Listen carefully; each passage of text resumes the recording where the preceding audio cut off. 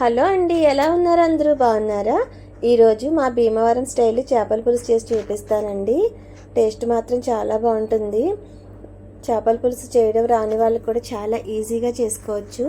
Stove మీద బాణలు పెట్టి oil వేసుకుని 1 టీ స్పూన్ మెంతులు, 3 ఉల్లిపాయలు నేను మిక్సీలో కచ్చాపిచ్చాగా పట్టుకున్నానండి. ఆ ఉల్లిపాయ ముక్కలు వేసి ఎర్రగా వేగనివ్వాలి. అవి వేగిన తర్వాత ఇంచు అల్లం ముక్క నేను నూరుకున్నాను. అల్లం పేస్ట్ కూడా అందులో వేసి తర్వాత ధనియాలు, ఎల్లుల్లిపాయ, జీలకర్ర నూరి ఆ ముద్ద కూడా అందులో వేసి అది వేగిన తర్వాత ఒక చిన్న టమాటా గుజ్జు, 10 పచ్చిమిరపకాయలు వేసి 2 నిమిషాలు వేగాలి. అవి వేగిన తర్వాత కేజీ చేప ముక్కలకి ఉప్పు కారం పట్టించి ఉంచానండి.